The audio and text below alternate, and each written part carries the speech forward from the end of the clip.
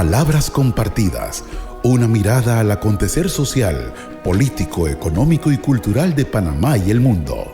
Conducido por el periodista Eduardo Soto. Bienvenidos amigos y amigas a este programa especial de Palabras Compartidas. Vamos a aprovechar para hacer una edición de las dos entrevistas anteriores. Primero tuvimos a un especialista en estrategia financiera, el doctor Jorge Nicoló. También fue por muchos años gerente de Cable & Wireless. Él es asesor de la empresa privada en la mesa de conversaciones para reformar la ley del Seguro Social. Él nos dio una visión de cuál debería ser el camino para reformar esta ley. Pero la semana anterior también tuvimos a Eduardo Gil. Él es el secretario general de Convergencia Sindical y nos va a dar la visión de los obreros, de los movimientos sociales en cuanto a esta reforma de la ley.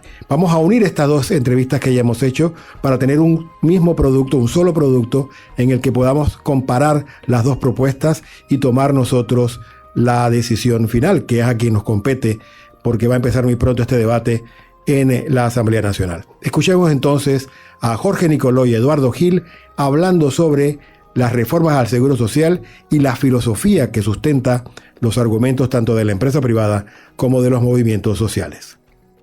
Quisiéramos iniciar por que nos ayude a entender el problema.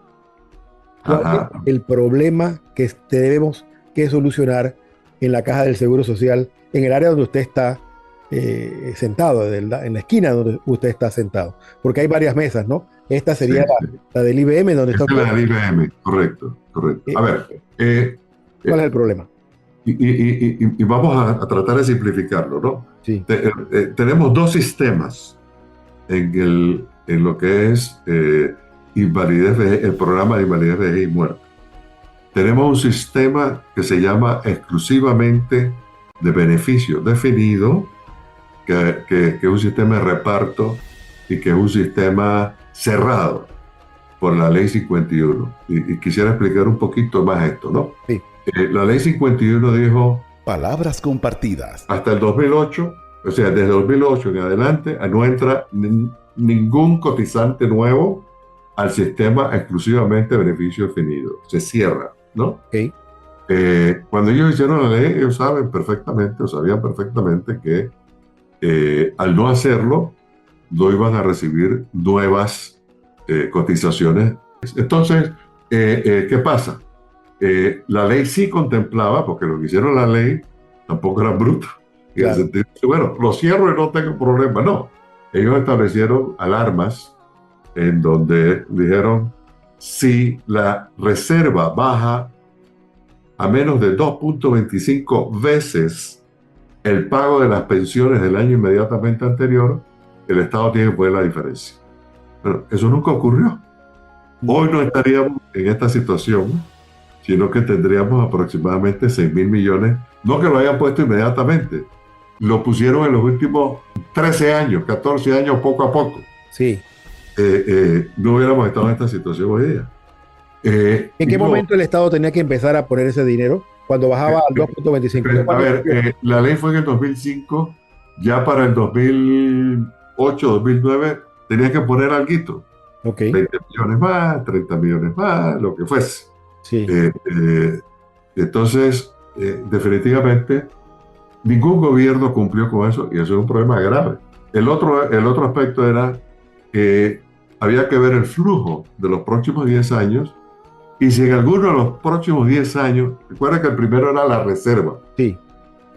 Este es si de repente los ingresos menos los gastos, o sea, los gastos son, únicamente los gastos ahí son por jubilaciones, claro, o pensiones por incapacidad y cosas como esa. Sí. Bueno, los gastos son mayores que los ingresos, obviamente genera un déficit. Tan pronto detectas eso, la Junta Técnica Actuarial tiene que presentarle a la Junta Directiva un plan, y ese plan, la Junta Directiva tiene 90 días para decidir qué escenario o qué estrategia o qué plan se inventan ellos al Ejecutivo, diciendo al Ejecutivo, ya empezaron los déficits, tenemos que trabajar y actuar y cambiar estas cosas. Inclusive medidas paramétricas también, que es anatema hoy día ni siquiera mencionarlo. Sí, sí. Pero le digo algo. Palabras compartidas. Eso tampoco la Junta Actuarial lo hizo. O sea, si esto fuera independiente y tuviéramos una superintendencia como la superintendencia de banco, nos hubieran cerrado, nos hubieran intervenido inmediatamente, desde ese momento, porque no cumplíamos con la ley. El otro aspecto es que este sistema cerrado de beneficio definido, obviamente es un sistema de beneficio definido donde los actuales cotizantes pagan a los actuales jubilados, pero la demografía cambió.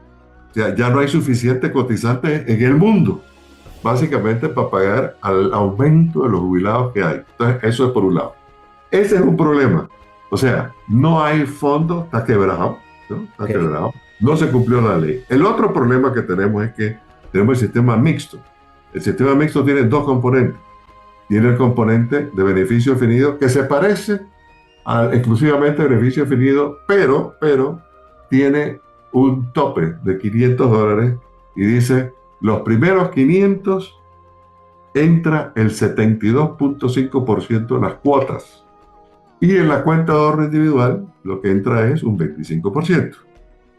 Ok, entonces este sistema, que es el mixto, tiene plata, tiene bastante plata y va a tener bastante plata en el futuro, pero no es plata libre. Esa plata está comprometida para las jubilaciones de aquellos. Sistema mixto, que no hay ninguna, se empiezan en el 2035. Pero le agrego algo más a esto, ¿no? Paga tasas de reemplazo muy bajas. ¿Qué es una tasa de reemplazo? La tasa de reemplazo es la jubilación que en este que está quebrado te dice si trabajas 20 años, tu jubilación va a ser el 60% de tus 10 mejores años, ¿no?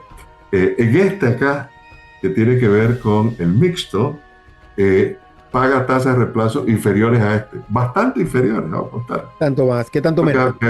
Empiezan como en 38% y van bajando hasta 20 y pico.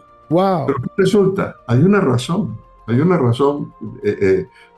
La OIT dice claramente en su estudio del 2022, dice claramente la razón, pero así como se lo digo, está escrito, la razón por la cual Palabras compartidas. el sistema mixto no paga tasas de reemplazo o jubilaciones, por así decirlo, similares al otro sistema, es un problema de diseño. Y ellos siguen explicando. Dice, las reservas del mixto crecen infinitamente. ¿Qué significa eso? Significa que entra el 72.5% de las cuotas, pero solamente le van a pagar $300, porque es de 500, tiene un tope de 500, el 60% de 500 es 300. Solamente le vamos a pagar $300 más el ingreso que tengas en tu cuenta de ahorro individual que te da X más, ¿no? Sí. Es infinito. Eso, la OIT lo calcula que al 2095 la reserva del mixto tiene $199,000 millones. Ahora, ¿qué ocurre cuando eso está así? El que no tiene plata y este que tiene mucha plata, ¿no? La gente dice, hey, olvídate, lo más sencillo es agarrar la plata que tiene el mixto, une los sistemas y ya se soluciona. Cuando se hicieron las corridas, casi se caen para atrás, porque los déficits, uniéndolos, o sea, cuando me refiero a los déficits, es ingresos menos gastos, Sí. empiezan a mostrar en el 2029, pero se acaba hasta el último centavo, como hoy día, ¿no? Hasta el último centavo en el 2038, no en el 2090, en el 2038. Estamos hablando Y los mezclan. de 14 años. Entonces, cuando uno ve eso, dice, oye, un momentito, ¿se acaba tan rápido la reserva? Sí, se acaba tan rápido la reserva porque la cantidad de jubilados va aumentando de una manera geométrica. Aquí entra entonces otro concepto, porque la gente dice, no, solucionamos ahora, nos quedan 14 años para pensar qué vamos a hacer, ¿no? Y ahí vemos qué hacemos, porque, pero uno empieza a ver los déficits, y cuando se unen, los déficits son brutales. 7.500 por año, 12.500 por año. O sea, unos déficits tan gigantescos y tan grandes. Entonces, ¿qué piensan? Dice, un momentito, esos déficits yo los puedo pagar. Palabras compartidas. Un momentito. Estamos hablando de una cifra muy alta. Dice, sí, que me den el 25%, 30% del canal. Que ahora mismo la evasión, que es tan alta y se estima en 7.000 millones, pues me den el 20% de eso, que son 1.500 millones. Y a propósito, yo estoy de acuerdo con eso, no debe haber evasión en este país, Claro. pero es imposible dejarla en cero. Pero eso hay que bajarlo, hay que bajar las exoneraciones que hay, que son absurdas, pero hay que bajar también una cantidad de gastos que tiene el gobierno tremendamente. Entonces cada grupo analiza y dice, oye, para solucionar esto, vamos a financiarlo. Y al financiarlo, agarro toda esta plata que hay ahí, y por ejemplo el CONATO sacó, si mal no recuerdo, 2.600 millones por año para cubrir déficit, que no cubre los déficits, y los otros, como los profesores y eso, están trepados en 3.000 y pico por año. Hoy tenemos como invitado a Eduardo Gil. Él es el secretario general de Convergencia Sindical, que nos va a dar esta otra visión, que también es una visión necesaria, que es la visión de los movimientos sociales, cómo lo entienden y cómo han propuesto solucionarlo. El problema quizás está, para poder entendernos, ¿no? Para poder entendernos entre las diferentes posiciones, quizás el problema está en que no se ponen todas las cosas o todos los elementos que componen la seguridad social encima de la mesa. Para poder resolver un problema, no se puede tener una visión parcial del problema. Para poder resolver un problema hay que ver su integralidad, cuáles son todos los elementos que lo componen. Y hay algunas cosas que, por ejemplo, en materia de seguridad social no se dicen. Por ejemplo, una de las cosas es que la seguridad social se fundamenta en 3 patas, por decirlo así, es una mesa de 3 patas. Por eso es que se habla mucho del tripartismo y todo esto, porque para que se sostenga la seguridad social debe provenir sus contribuciones de 3 fuentes. Una es del capital, otra es del trabajo y la otra es del Estado. O sea, no se puede pensar un sistema de seguridad social en donde solo contribuyan los empresarios y los trabajadores y que el Estado se desligue de su responsabilidad. Entonces ese es el primer elemento. Bajo cualquier esquema de seguridad social se debe integrar la participación o la contribución. Por eso es que cuando hablamos de cuotas, la cuota obrero patronal, cuando se discute temas de seguridad social, se habla de la contribución, no se habla de la financiación. O sea, yo como trabajador o el empleador o mi empleador no está obligado Palabras compartidas. a financiar mi seguridad social. Su obligación es contribuir al financiamiento. Entonces, este concepto que parece un poco irrelevante es fundamental porque se trata de contribuir. Yo contribuyo, yo no voy a financiar completamente mi jubilación, yo voy a contribuir con ella. Y otra parte de esa contribución el empleado, otra parte el Estado. ¿Pero por qué? Esa es la pregunta también un poco desde el punto de vista filosófico. ¿Por qué el Estado tiene que contribuir? Entonces allí nos remontamos al origen. El origen de la seguridad social se fundamenta en el reconocimiento que hay una serie de factores, prácticamente desde que inicia el modelo capitalista, hay una serie de factores que ponen en riesgo a la persona, se llama el riesgo de indigencia. Es decir, dentro de una determinada sociedad, todos los individuos enfrentamos la posibilidad de que no podamos cubrir nuestras condiciones básicas de vida y quedamos en la indigencia. Entonces, para evitar, si muchas personas quedan en condiciones de indigencia, la economía colapsa, porque las empresas no tienen a quién venderle sus productos y a nosotros no nos alcanza para subsistir. Entonces, de allí sale el concepto de protección social, de seguros sociales en un principio. Ahí estamos hablando del modelo de Bismarck, que fue uno de los primeros fundadores de este modelo. Del modelo bismeriano sobre todo se concentró en el seguro del trabajo, es decir, identificaban a los riesgos y se pagaba una cuota de seguro para cubrir ese riesgo. Principalmente un riesgo, fue uno de los primeros que surgió durante la Revolución Industrial, fue el riesgo de los accidentes de trabajo. La persona que sufre un accidente, que ya no puede trabajar, está condenada a la indigencia si no asegura su medio de vida.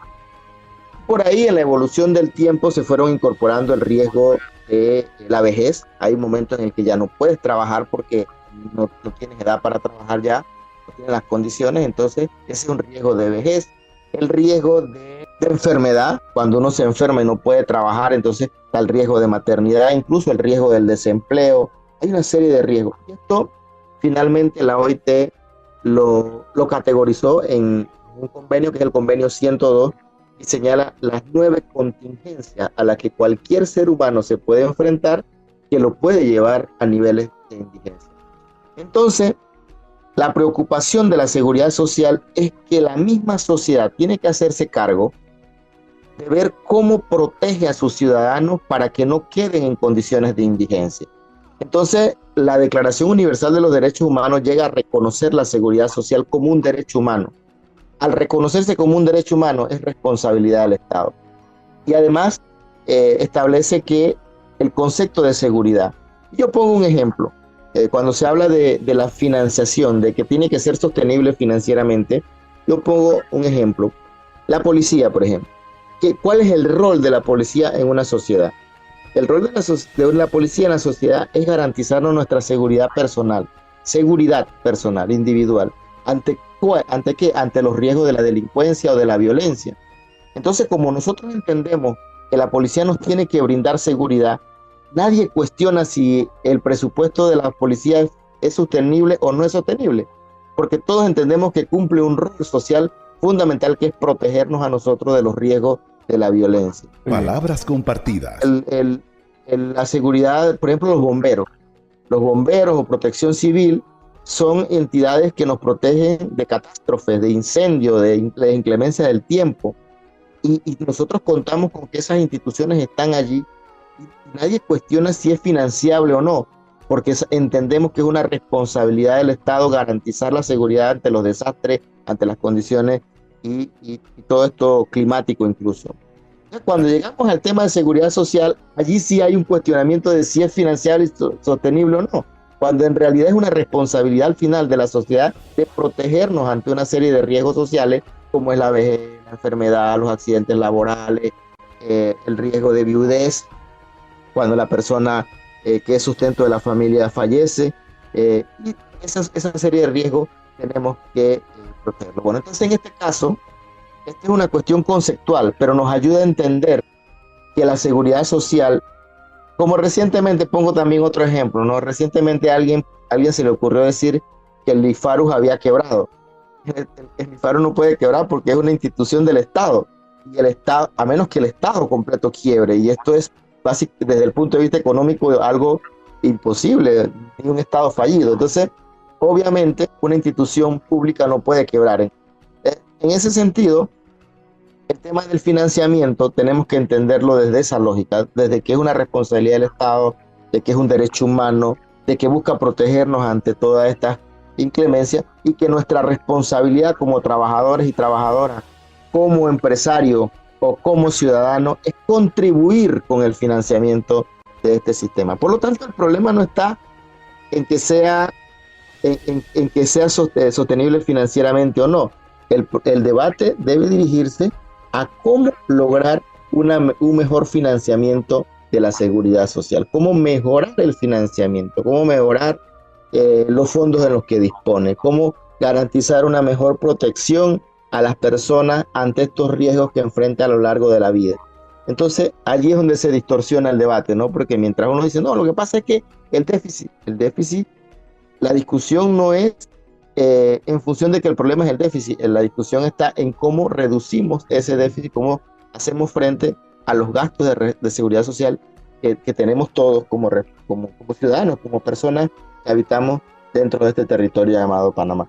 Hagamos una primera pausa a este programa de Palabras Compartidas en el que estamos viendo y escuchando lo que tanto la empresa privada como los movimientos sociales piensan en torno a la reforma a la ley del Seguro Social. Ya volvemos a Palabras Compartidas por Radio Hogar.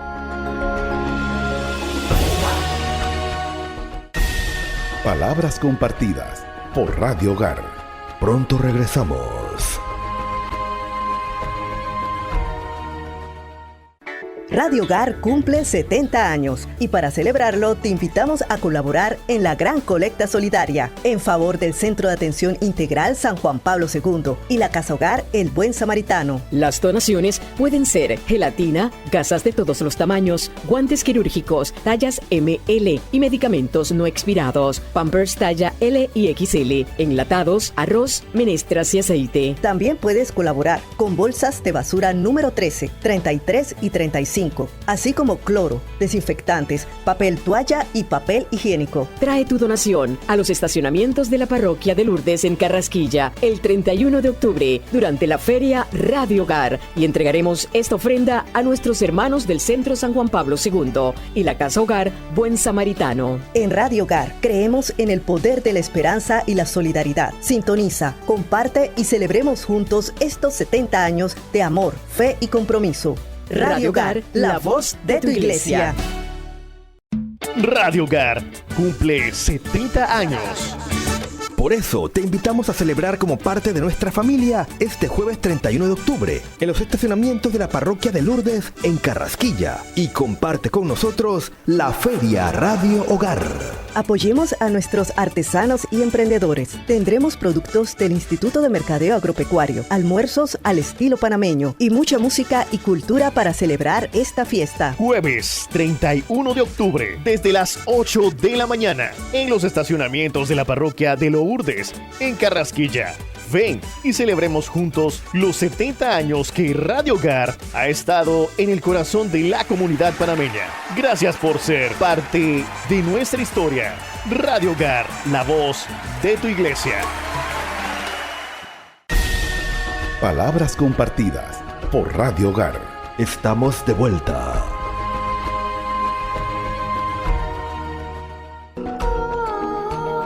Continuamos, hermanos, escuchando y viendo esto que nos proponen tanto los representantes de la empresa privada como los representantes de los movimientos sociales en torno a la reforma a la ley del Seguro Social. El problema básico es que cuando uno empieza a leer de dónde dicen ellos que va a salir la plata, yo casi me caigo para atrás. Ellos dicen, por ejemplo, y esto es textual, ellos dicen, por ejemplo, bueno, si hay excedentes en los otros programas que incluyen el programa de invalidez, vejez y muerte, obviamente nunca va a tener superávit, ¿no? Sí. Pero si hay excedentes en los otros programas que son enfermedad y maternidad, me cojo los excedentes que existen en esos programas y se los paso a la jubilación. Y uno dice, oye, un momentito. Hoy día el problema número uno en este país es un problema de salud. No hay medicamentos, no hay insumos, no hay toda una serie de cosas. ¿Cómo es posible que vas a agarrar las reservas que tienen o los excedentes que tengan el programa de enfermedad y maternidad para darlo a la parte de jubilaciones? Y así hay una serie de cosas que en algunas sí estoy completamente de acuerdo. Pero hay otras que de repente uno empieza a pensar, un momentito, ahora mismo tenemos 300,000 jubilados. Vamos a agarrar todos los recursos del país que podemos echarle mano para cubrir estos 300,000. ¿Y qué pasó con los 4 millones que también necesitan recursos de educación, que necesitan recursos de ayuda especial, de las que fuese? Hay que tener infraestructura, hay que hacer lo otro. Tú no puedes trabajar en un país así de esa manera. Entonces, y la razón es muy sencilla. Los sistemas de beneficio definido siempre quiebran. veamos el ejemplo. Cuando dicen los unos, bueno, ahí eliminaste la ley 51. Palabras O compartidas. sea, es 100% un sistema de beneficio definido, donde los actuales cotizantes aportan para pagar la jubilación de los que están y no saben quién le va a pagar las de ellos, ¿no? Pero aquí se cumple a 100%, no solamente la teoría, sino la verdad en esto, es que los sistemas de beneficio definido siempre quiebran. Por eso Francia, el presupuesto es 40% y ahora aguanta. Por esos países... Entiendo que el presupuesto al año, del presupuesto anual del todo el país, el 40% va en pensiones. 40% va a pagar pensiones. Y el de Alemania, que ya empezaron a cambiar a propósito, había proyectado que en el 2030 iba a ser 50%. Entonces, lo que pasa es que ellos tienen una población más longeva. Lo que estamos pasando nosotros ahora, ellos lo pasaron hace 30 años, ¿no? Okay. Entonces, pero aquí se quieren aferrar a que no puede haber ningún cambio. Y por razón de que aquí se ha robado toda la plata y no sé qué y no sé cuánto, que no vamos a entrar en eso. Pero, ¿cuál es el riesgo y cuáles son las consecuencias? Si usted une los sistemas así sin hacer nada y se queda exactamente igualito como está todo, las consecuencias para nuestros hijos y nuestros nietos, señores, hemos pateado la lata para un problema mayor, para dejárselo a nuestros hijos, a nuestros nietos y a nuestros bisnietos, que les mata gran parte de su futuro. ¿Cuál sería entonces el camino a seguir, don Jorge? ¿Cuál es, a su juicio, el camino menos traumático? A ver, en esto hay cócteles de solución. No, el Fondo Monetario Internacional en el 2015 le pidieron al gobierno, a través del ministro de Economía y Finanzas, le dice, oye, ¿qué tal si unimos los sistemas? Hace 9 años. Sí. Ellos dijeron, bueno, pues, que hago el análisis y el estudio. Entonces le hicieron el análisis y el estudio. Entonces le dijeron, mire, un momentito. Aquí hay que aumentar la edad de jubilación, hombres y mujeres, a 65 años. Ese es un parámetro. No hacerlo de un solo golpe, porque jamás esto se hace de un solo golpe, sino se hace en fases, ¿no? Y eso lo han hecho todos los países en fases. Por eso todos esos países tienen 65, 67, 68 y van un poquito más arriba. ¿Cómo sería un ejemplo de hacerlo en fases? A ver, por ejemplo, si la mujer está en 57 actualmente. Si se va a aumentar 3 años, ¿no? Usted no aumenta en el primer año 3 años. Usted lo que hace posiblemente aumente el primer año 6 meses, el segundo año aumenta otros 6 meses, el tercer año 1 año, y lo va haciendo en fase, lo va haciendo suave. Lo segundo es que si está cerca de la edad de jubilación,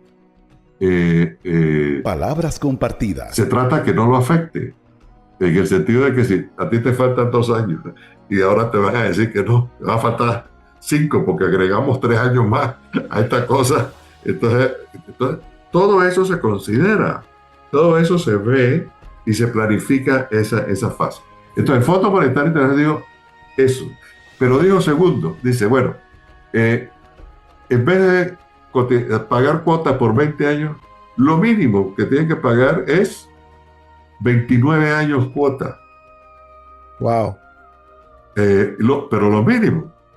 En España y en todo el resto de Europa, el mínimo es uno de España.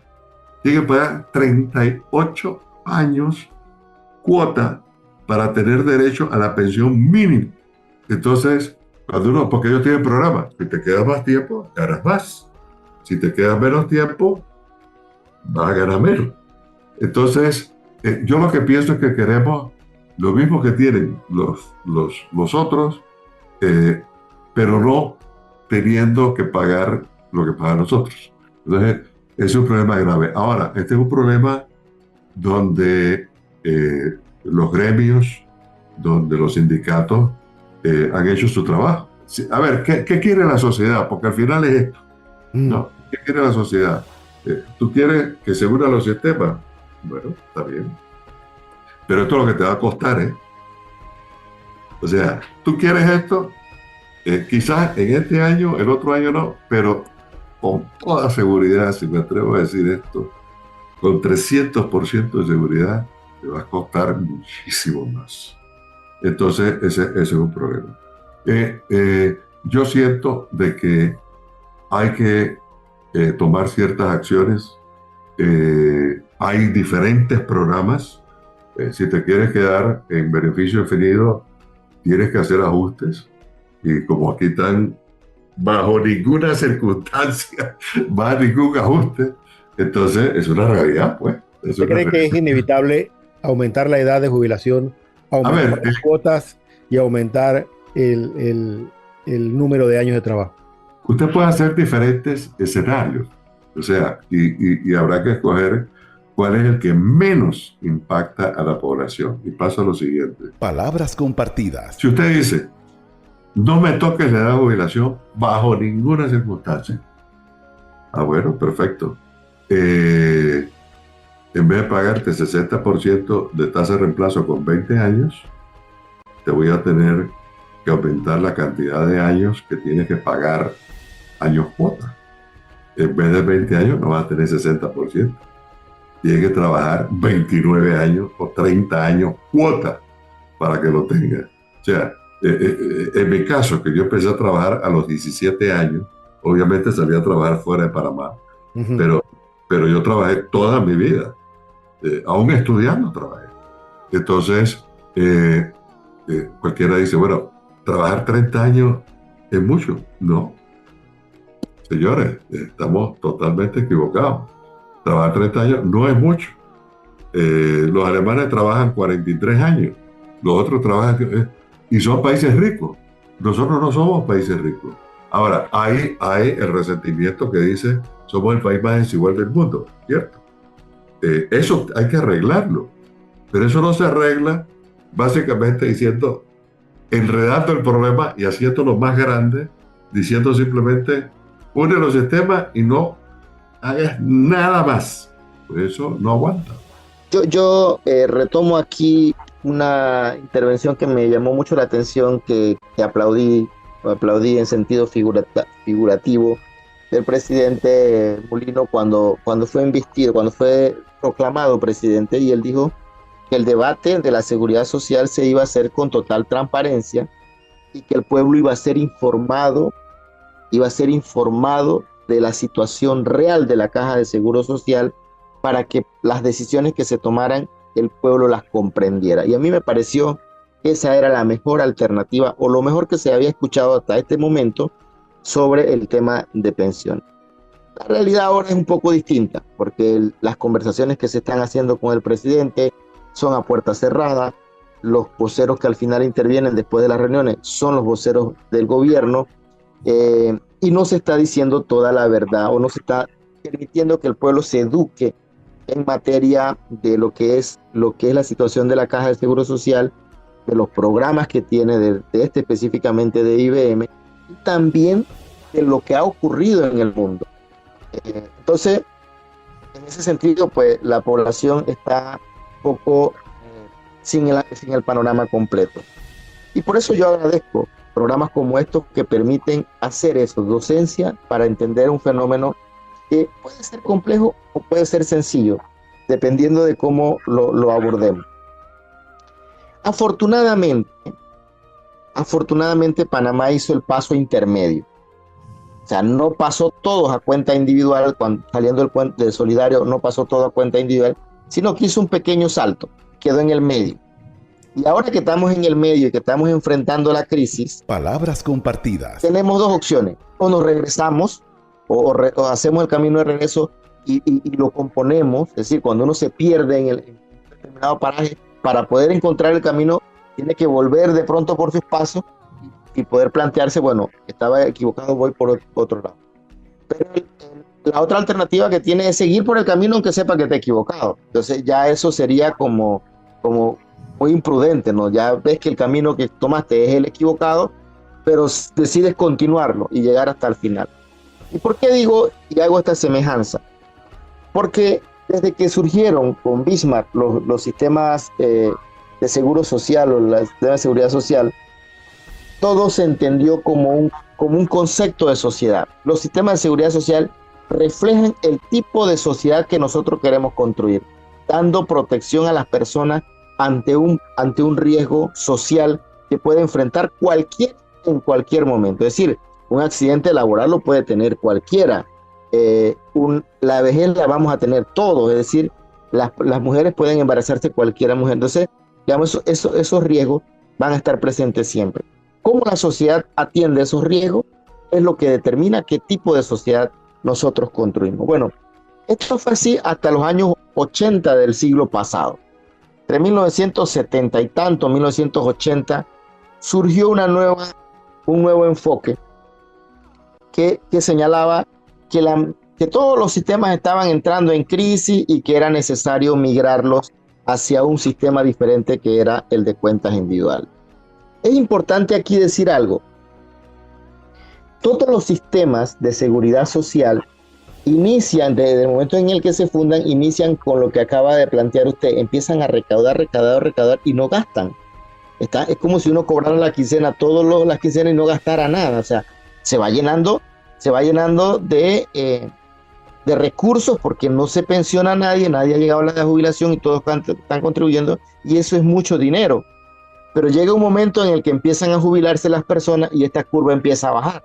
Entonces, hasta que llega un momento en el que se estabiliza la cantidad y que sobrepasa la cantidad de gasto en función de los ingresos, y hasta que un sistema se estabiliza. Eso es lo que se consideran los modelos, la etapa primaria o embrionaria, la segunda la etapa de maduración y ya la etapa de un sistema consolidado.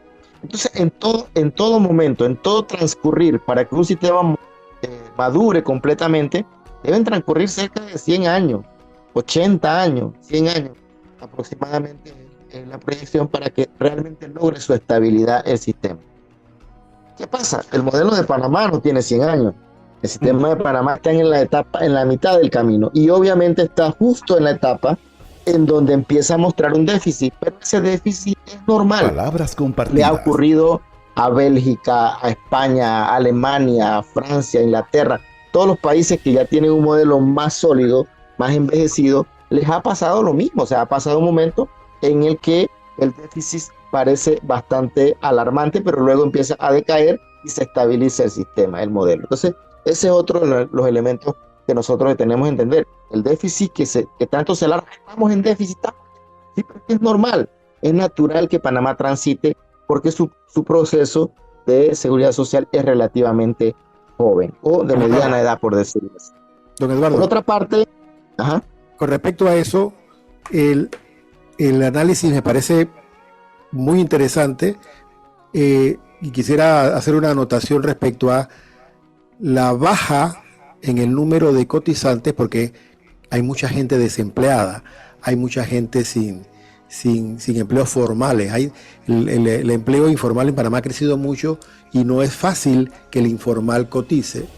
Además, cada vez son menos los partos, la gente no está teniendo suficientes hijos como para que eventualmente se conviertan en trabajadores y coticen. Esos fenómenos sociales que usted conoce muy bien y que tanto influirían en que el sistema madure o no, o se consolide o no, si lo han tomado en cuenta en el análisis que está haciendo. Siga, continúe.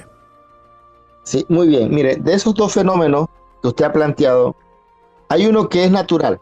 El envejecimiento de la sociedad es natural. O sea, toda la sociedad van a haber un momento en el que la tasa de natalidad baja, hay mayor planificación, hay menos hijos, y la población empieza a envejecer. Eso le pasa a Europa. Europa tiene una población sumamente envejecida y que viene a ser luego beneficiada de una u otra manera por la migración que también llega en estas condiciones. El otro fenómeno no es tan natural, el tema de la informalidad. Y como no es un tema natural, se puede revertir, se puede trabajar en función de cómo se formalizan los empleos o se impide la informalidad. Y esto es un tema de política pública.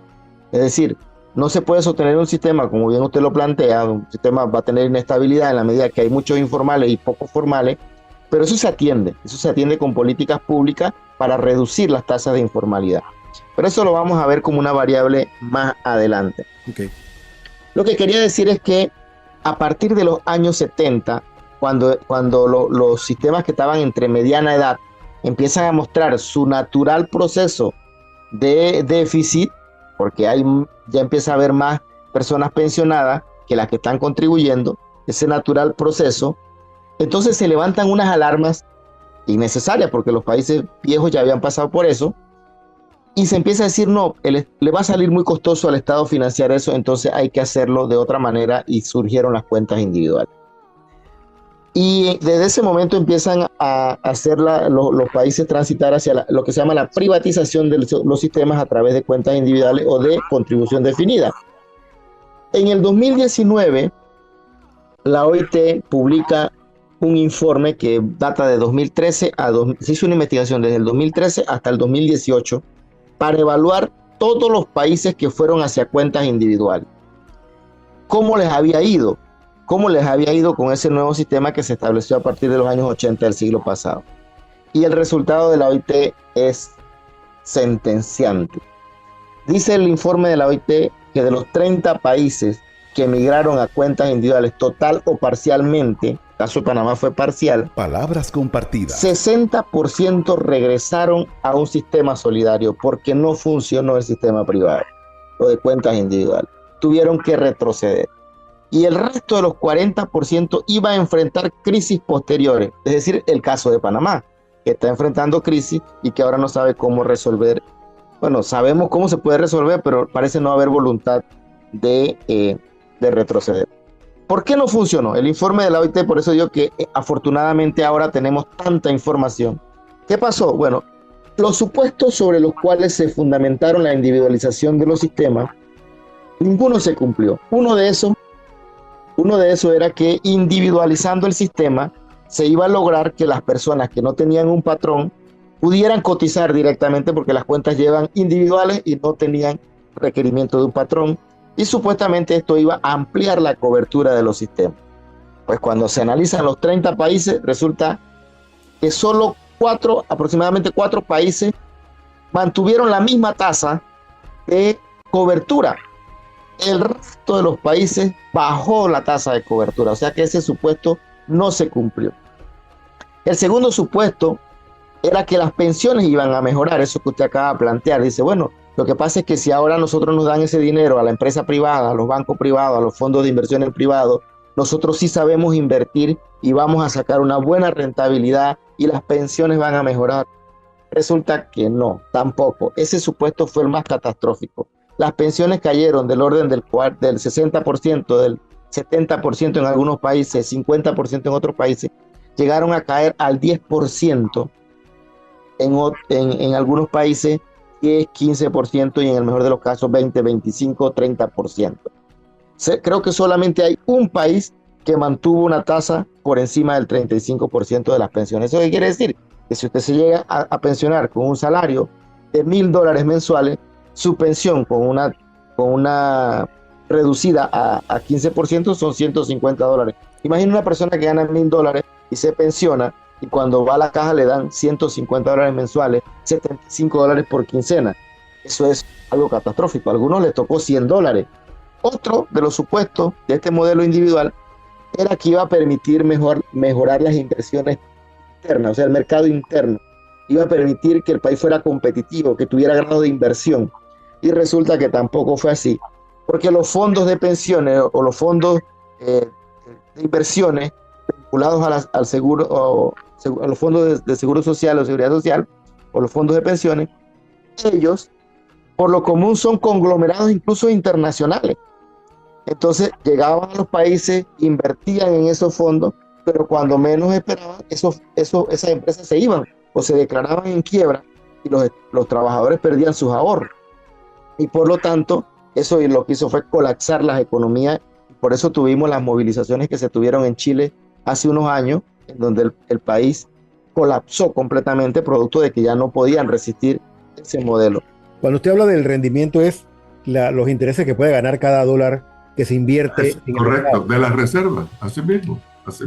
¿Por qué la Caja del Seguro Social no invierte mejor? Porque no lo deja la ley. Palabras compartidas. En gran parte es porque la ley no lo deja. Ellos tienen invertido el 90% en papeles del Estado y lo que son plazos fijos con el Estado. Que en los últimos años se ha mejorado un poco, pero por toda la vida han estado pagando por debajo de las tasas de rendimiento del mercado. Ellos tienen que pagarle a la Caja de Seguro Social como a las tasas del mercado.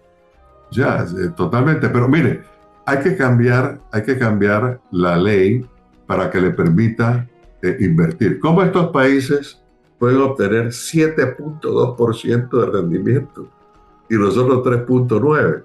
Porque ellos tienen leyes que están más actualizadas que nosotros para que expertos número uno en el manejo de portafolio de inversiones puedan definitivamente hacer las inversiones correspondientes, y por eso tienen 7.2%. Que tengo entendido que el Seguro Social no tiene expertos en inversión.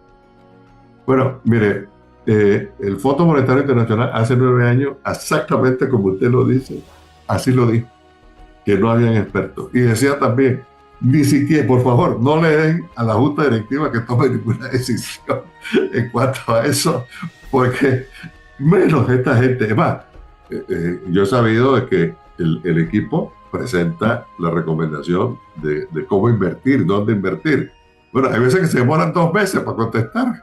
Caramba. Eso es gravísimo. O sea, eso es gravísimo. Entonces, hay que cambiar también la ley sobre la Junta Directiva de la Caja de Seguridad, absolutamente completa. Entiendo que la idea de la empresa privada es que haya una subdivisión o subempresa fiscalizada correctamente que se encargue de la inversión del Seguro Social. Sí, obviamente, tan pronto uno empieza a hablar eso, no aclara, dice, ¿quiere privatizar? O sea, y no es así. Y aquí me estoy riendo. Lo que aquí se piensa es que el SIACAP, que ha manejado muy bien esto, ¿sí?, sea quien lo haga. Pero hay dentro de los críticos de eso que dicen que el SIACAP es privatización, porque a través del SIACAP se puede invertir en algunos fondos que manejan, digamos, algunos bancos, y eso se llama privatización. ¿Pero qué resulta? Ellos tienen rendimiento de 6% y en algunos casos arriba. Entonces, no entiendo. El propósito es que generen suficiente ingreso, no que sea público o privado. Ahora, nadie quiere que sea privado, perfecto, pero que inviertan, que quien manejen los fondos estos inviertan bien. Palabras compartidas. Que una cosa que podemos resumirlo muy concretamente. Primero, el primer punto es transformar las inversiones. ¿Qué quiere decir transformar las inversiones? Por ejemplo, el artículo 106 de la Ley Orgánica de la Caja de Seguro Social prohíbe realizar inversiones productivas de forma directa. Es decir, la Caja de Seguro Social no puede invertir, digamos que en el tren, en el metro, o el tren que va para Chiriquí, o la ampliación del canal. No puede, la Caja de Seguro Social no puede invertir, y esas son inversiones seguras porque sí o sí las tiene que pagar el Estado. Entonces nosotros proponemos que esa ley sea modificado, ese artículo, para permitir que la Caja invierta. La Caja tiene incluso una unidad que se llama la Unidad Técnica Especializada de Inversiones, y esa Unidad Técnica Especializada de Inversiones administra parte del SIACAP y administra parte del PRA. Y en el año 2024, por ejemplo, los rendimientos de la unidad, la UTEI, de la Caja de Seguro Social, produjo rendimiento por el orden del 5.56%. Casi que en el mismo rango que lo que produjo de rentabilidad los fondos administrados por las empresas privadas de ese mismo SIACAP. Y en el caso del PRA, logró en el 2023 rendimiento por el orden del 5.5%. Entonces, cuando se dice que la Caja de Seguro Social no sabe administrar inversiones, es totalmente falso. Cuando nosotros vamos a los informes de SIACAP, los informes del PRA, resulta que la Caja es tan eficiente como Multibank y como otros que son los que están administrando estos fondos. Produjo el mismo rendimiento. Incluso en el año 2022, la administración de la Caja tuvo mejores rendimientos que la inversión privada. Entonces nosotros proponemos eso, que se permita a la Caja invertir. Incrementar el rendimiento de las inversiones. Actualmente, lo que es todo el tema del plazo fijo de los fondos de pensiones de la Caja de Seguro Social, todos están depositados en el Banco Nacional. Una parte está en la Caja de Ahorro. pero los rendimientos son muy bajos. El Banco Nacional le paga muy poco a la Caja de Seguro Social por interés. Entonces nosotros estamos proponiendo que en lugar del 4%, que es lo que está recibiendo, se eleve el 6%. Y esto no es contribución del Estado, esto es que simplemente el banco pague mejores intereses por las inversiones que está haciendo con la plata de la Caja de Seguro Social. Sí. Y un tema muy importante que usted planteaba, estimado, es la incorporación de los informales. Esa es parte de nuestra propuesta también, que tiene que ver, tenemos cerca del 47% de informalidad en Panamá. Nosotros proponemos reducirlo en 10 puntos porcentuales, es decir, al 37%. ¿Cómo se hace eso? Bueno, en primer lugar, hay 114,000, según las cifras. Palabras compartidas. De 114,000 trabajadores informales en empresas formales. Eso quiere decir que son directamente evasiones de cuotas. Entonces nosotros proponemos que esa gente sea incorporada inmediatamente a la seguridad social. Pero además, para los que son informales legítimos, es decir, los que sí están haciendo su propia actividad, lo que nosotros proponemos es facilitar su registro a la Caja de Seguro Social, su contribución también, de manera que actualmente ellos cubren el 100% de la explotación informal. Vamos a suponer que una persona tenga un negocio o tenga un pequeño taller allí o un pequeño lavauto, es decir, una cosa. Sí. Y quiere pagar cuotas de seguro, no puede porque, digamos, la contribución es muy alta, porque tiene que pagar el 100% de la cuota. Bueno, entonces él no se inscribe. Nosotros lo que decimos es que hagamos una cosa. La persona que está en economía informal contribuye con su cuota patronal, como cualquier trabajador, y el Estado le contribuye con la cuota patronal. O sea, el informal contribuye con la cuota obrera y el Estado le contribuye con la cuota patronal. De esa manera se complementa el 100% de la contribución y la persona tendrá derecho a los beneficios y no le resultará tan oneroso. En grandes bosquejos es nuestra propuesta, pero tiene una serie de medidas ya al pormenor, por decir así, que ayudarían y que hemos demostrado que pueden salvar la Caja de Seguro Social y no morir en el intento. Es decir, nosotros lo que no queremos es que se salve la caja, pero se pierdan las pensiones y quedemos con pensiones de miseria. Nosotros queremos salvar la caja, pero también salvar al asegurado, también asegurar al trabajador que ha contribuido con una pensión digna y que pueda vivir sus años de retiro de manera digna, de manera honorosa y contribuyendo aún a la sociedad. Hemos tenido la oportunidad, amigos y amigas, de escuchar qué piensa tanto la empresa privada como los movimientos sociales en torno a la reforma de la ley del Seguro Social. Tenemos elementos y argumentos de parte y parte. Nos toca a nosotros, la ciudadanía, tomar una decisión. Pronto iniciarán los debates en la Asamblea Nacional y nos corresponderá participar con nuestros pareceres, luego de tener una visión más o menos clara de lo que piensa cada grupo. El gobierno nacional tratará de hacer un consenso entre ambas posturas, al menos se espera que presentará la Asamblea Nacional. Vamos a ver entonces en qué consiste esto y cómo podemos nosotros en la Asamblea modificarlo para que sea un punto medio entre lo que piensan estas dos fuerzas del país. Hasta aquí, palabras compartidas, aquí en Radio Hogar, la voz de tu iglesia, sembrando ciudadanía.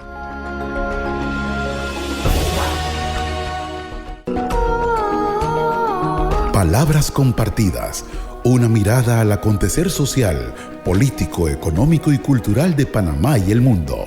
Conducido por el periodista Eduardo Soto.